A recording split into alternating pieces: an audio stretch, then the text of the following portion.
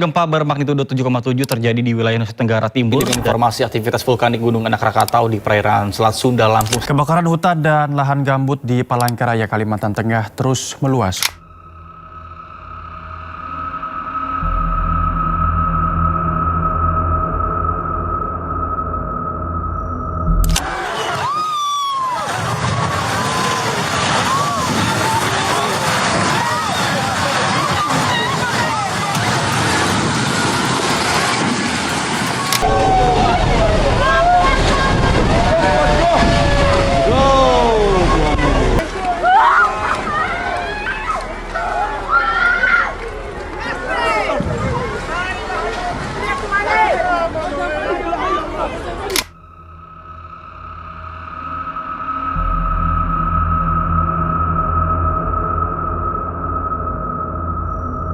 Kali erupsi dengan kolom abu tertinggi mencapai 400 meter di atas puncak. Gunung Anak Rakatau di Lampung Selatan kembali erupsi. Abu berwarna kelabu hingga hitam bergerak ke arah barat daya. Anak Rakatau tercatat 20 kali erupsi. Saat ini Gunung Anak Rakatau berstatus level 3 atau siaga.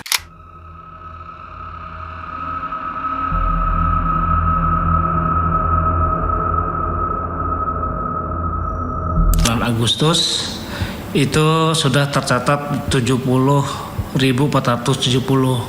kasus ISPA secara Kalimantan Tengah.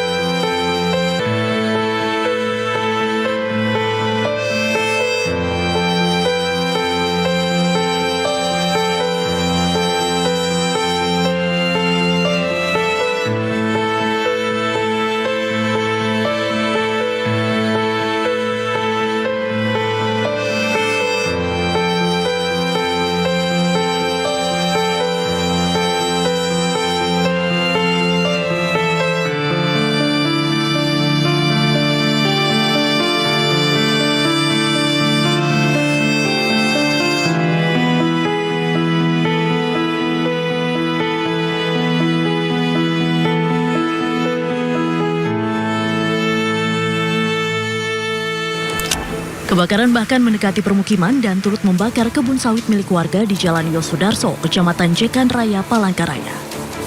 Petugas pengendalian kebakaran hutan dan lahan atau Dalkarhutla, Dinas Kehutanan Provinsi Kalimantan Tengah, berupaya memadamkan api serta bara di lahan gambut yang masih menyala agar kebakaran tidak semakin meluas. Menurut petugas, kebakaran lahan ini telah berlangsung selama beberapa hari.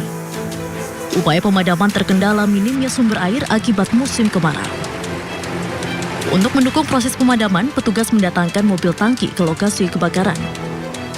Mungkin sekitar 200 titik lah. Di kota Palangkaraya? Kota Palangkaraya. Masih terbakar? Masih. Kebakaran lahan juga menyebabkan kabut asap pekat menyelimuti kawasan jalan protokol di Yosudarso, ujung Palangkaraya. Kondisi tersebut mengganggu jarak pandang pengendara dan berdampak terhadap aktivitas warga. Kabut asap pekat juga dikhawatirkan mengancam kesehatan masyarakat. Terganggu banget, Pak. Mata pedas, ini. Terus anak-anak sekolah juga pakai masker semuanya. Sampai anak saya sakit tuh, nah di rumah ada satu. Berdasarkan data BPBD Kota Palangkaraya, total luas hutan dan lahan yang terbakar kini mencapai 263,85 hektar. Kebakaran tersebut tersebar di 4 wilayah kecamatan dengan total 300 kejadian. Dari Palangkaraya, Kalimantan Tengah, Ade Sata, Anyus melaporkan. Kebakaran yang terjadi pada Jumat 21 Agustus kemarin membakar area hutan di tepi jalan antar provinsi di daerah Laing Anggang, Banjarbaru, Kalimantan Selatan. Gambar yang diunggah oleh akun X @VR ini menunjukkan sejumlah truk terpaksa balik arah karena asap akibat kebakaran semakin menebal. Kebakaran hutan di Kalimantan Selatan semakin mengkhawatirkan. Warga pun mendesak pemerintah untuk segera memadamkan api. Iya, kebakaran hutan dan lahan di sejumlah titik di Kalimantan semakin memprihatinkan. Selain berdampak pada kerusakan alam, asap yang menyelimuti Kalimantan mulai menimbulkan masalah pernapasan bagi warga.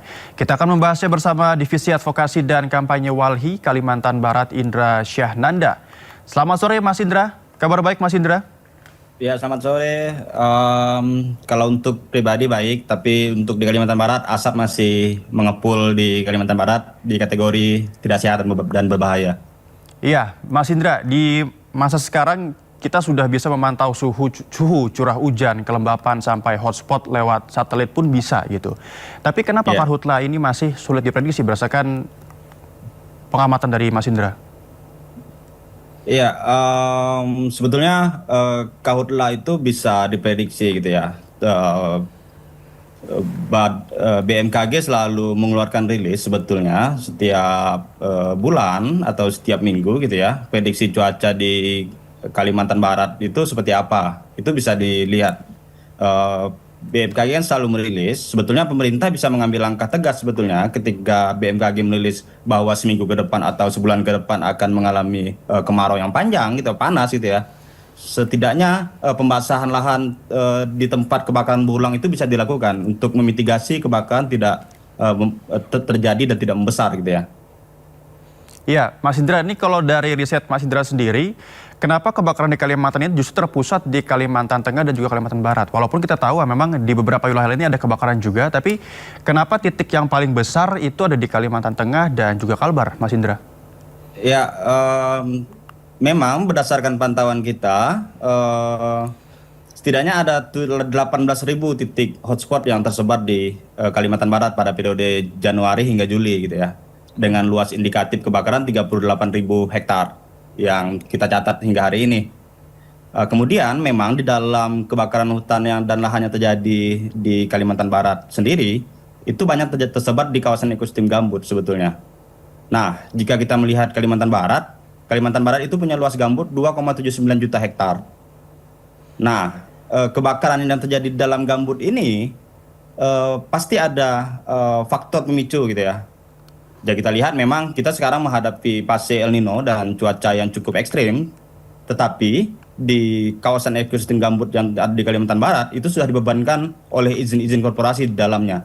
Setidaknya ada 135 izin perusahaan sawit, kemudian 25 izin PPPH, kemudian 123 izin IUP tambang. Nah, izin-izin ini dari pantauan kita dari kebakaran besar di tahun 2015 hingga hari ini kita pantau di lapangan, masih banyak perusahaan-perusahaan yang melakukan pembukaan terhadap ekosistem gambut tersebut, kemudian mereka tidak mengelola tata kelola air mereka, sehingga gambut ini menjadi rentan terbakar.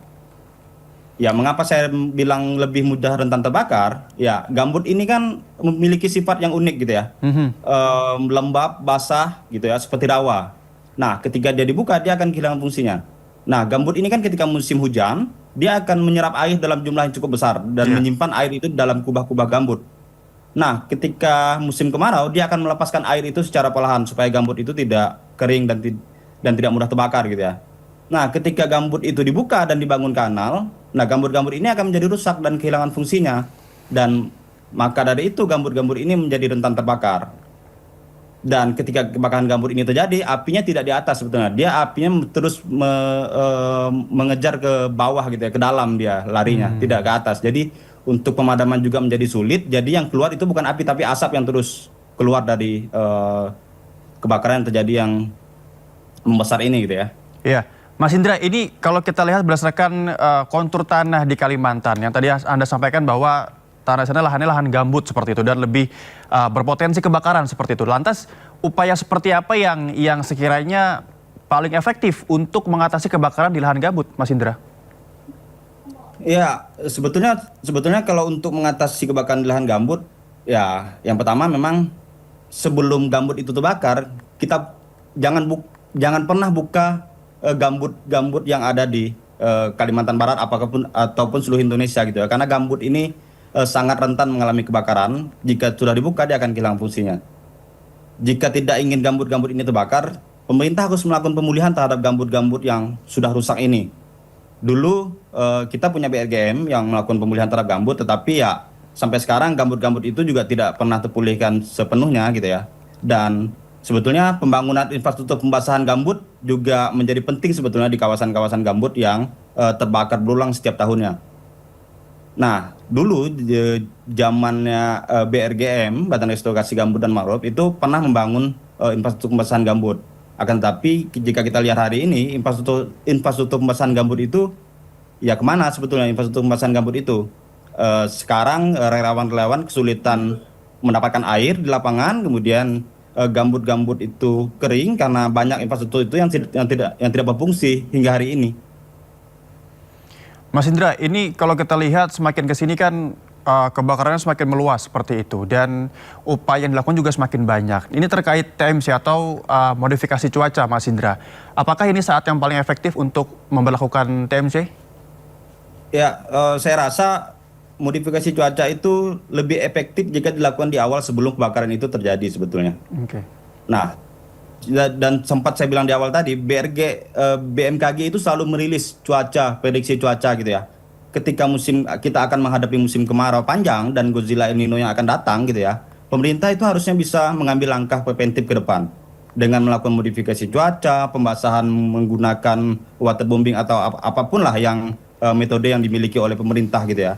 Akan tetapi ketika kebakaran terjadi, pemerintah lebih bersifat reaktif dan ya seolah-olah memadamkan api dengan modifikasi cuaca itu menjadi efektif gitu ya. Padahal ya kita lihat hari ini kebakaran sudah membesar. Dan ya kebakaran di lahan gambut sangat-sangat sulit sekali untuk dipadamkan jika hanya dengan modifikasi cuaca. Ya Mas Indra, ini kalau kita katakan cuaca kondisi di tahun ini lebih panas dan lebih kering, apakah itu cukup menjelaskan bahwa karhutla bisa terjadi dalam skala besar?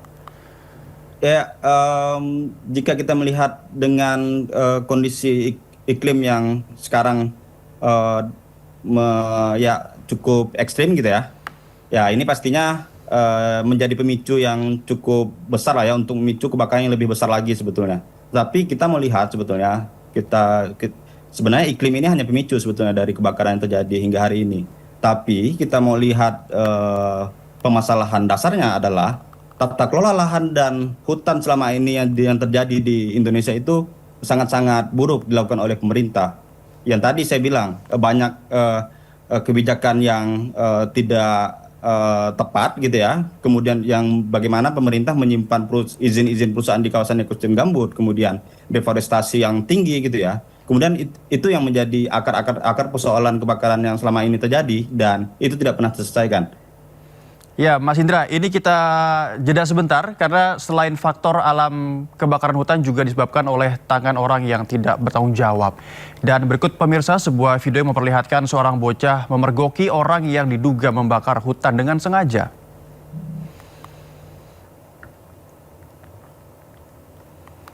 Ya, jadi pemirsa video ini diambil seorang bocah di Jalan Kalibata, ujung Kota Palangkaraya, Kalimantan Tengah, di mana seorang bocah sempat bertanya kepada salah satu orang yang baru saja keluar dari hutan. Bocah itu bertanya di mana titik apinya karena ia melihat kobaran api di tengah hutan. Namun si bapak tadi mengelak dan menjawab tidak ada dengan nada yang sedikit tinggi. Ternyata pemirsa ketika kembali ke jalan raya, si bocah ini melihat apinya justru semakin besar di beberapa titik. Di mana, Mang? Apinya? Ada. Tadi ada, Mang, di situ. Ada. Oh. Enggak.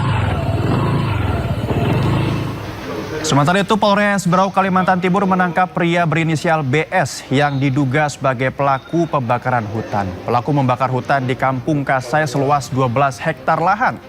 Pelaku diduga sengaja membakar hutan untuk membuka lahan.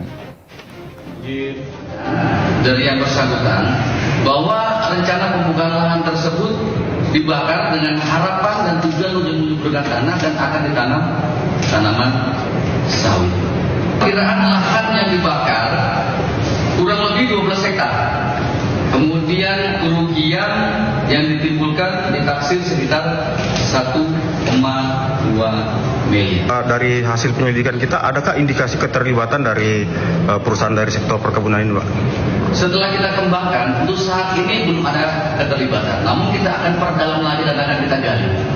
Sehingga kita harapkan betul-betul nanti apabila ada orang di belakang atau otak daripada yang memberikan perintah, kita bisa melakukan penindakan juga. Apakah Anda sudah melakukan pemanggilan sebagai saksi dari pihak perusahaan, Pak?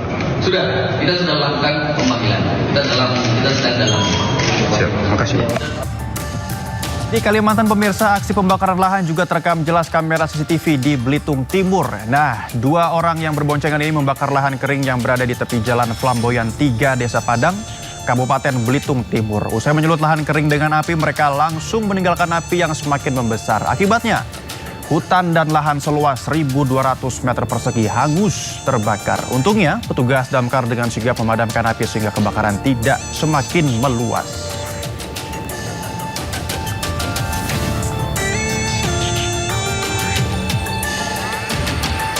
Ya, Mas Indra, ini tanggapannya dengan faktor ulah manusia yang tidak bertanggung jawab. Tanggapannya apa, Mas Indra? Ya, jika kita lihat dari video yang beredar gitu ya, emang ya kita juga tidak bisa melepaskan bahwasannya kebakaran itu ada ulah campur tangan manusia gitu ya.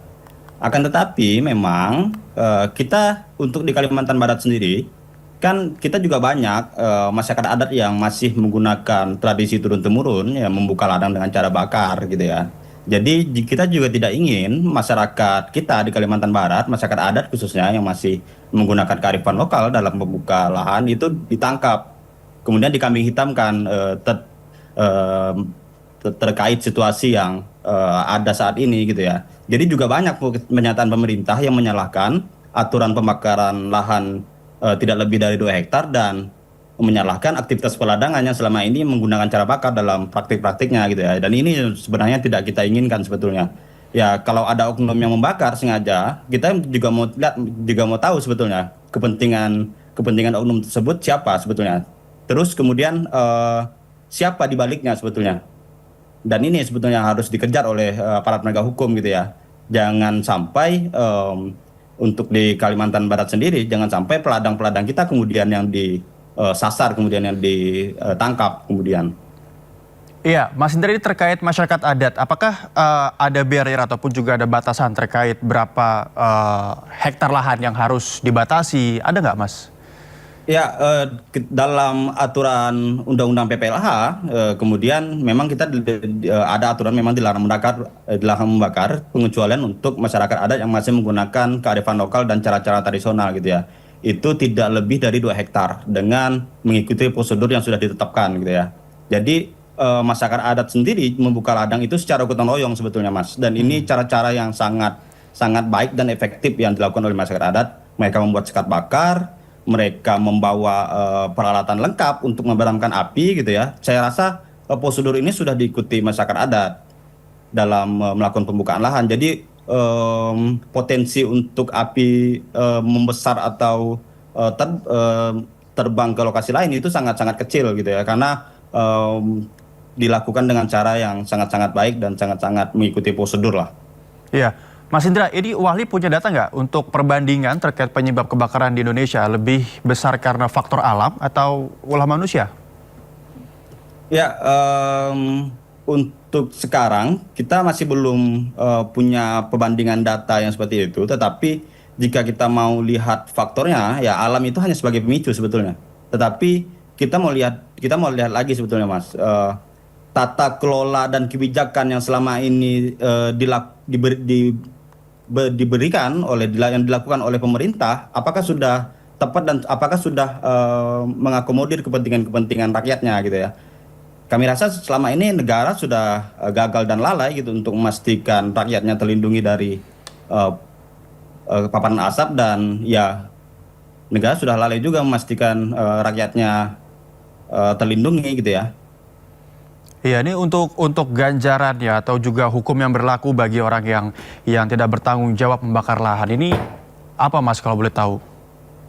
Ya, kalau untuk hukuman ya kita serahkan ke aparat penegak hukum lah ya, pastinya. Ya, aparat penegak hukum pastinya punya aturan lah yang untuk menghukum para pembakar itu. Tapi kita mau tantang juga nih pemerintah, berani nggak nyasar ke perusahaan yang lahan-lahannya terbakar gitu ya. Jangan hanya menyasar ke masyarakat kecil yang dia hanya memanfaatkan lahannya untuk bertani dan lain-lain gitu ya, seperti peladang dan lain-lain gitu ya. Jangan itu yang disasar. Tapi ini banyak sekali nih titik hotspot yang kita temukan di dalam perusahaan.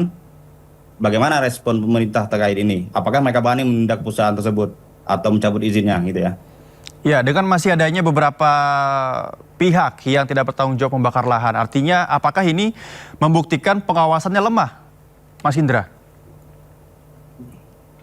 Ya, yang pertama memang jika kita lihat hingga hari ini sebetulnya, yang pertama memang pengawasan ya cukup lemah dari pemerintah gitu ya. Sama memang selain pengawasan lemah, pemerintah tidak pernah melakukan evaluasi terhadap perusahaan-perusahaan yang terbakar tadi sebetulnya. Evaluasi menjadi penting sebetulnya untuk dilakukan guys, karena temuan kita banyak sekali perusahaan-perusahaan yang tidak mematuhi mandatori yang sudah ditetapkan oleh pemerintah. Aturan-aturannya sudah jelas, PP 57 itu sudah jelas ada gitu ya. Kalau bukan di lahan gambut itu mereka harus mengatur tata kelola air dan lahan gambut di wilayah konsesi mereka, tetapi itu tidak pernah dilakukan. Pemantauan kita setiap tahun kita selalu melakukan pemantauan dan ya hasilnya kita tidak temukan ada kepatuhan yang dilakukan oleh perusahaan tersebut. Mas Indra, ini upaya dari Walhi terhadap isu karhutla ini dan apa saja dan seberapa efektif upaya tersebut? Ya, yang pertama kita sekarang ada membentuk koalisi di Kalimantan Barat untuk penanganan karhutla gitu ya. Saat ini teman-teman relawan juga sedang melakukan pemadaman api di lapangan gitu ya, karena kebakarannya masih sangat besar dan personil di lapangan juga masih banyak yang kurang gitu. Jadi kita mencoba menggalang dukungan untuk melakukan pemadaman api di lapangan.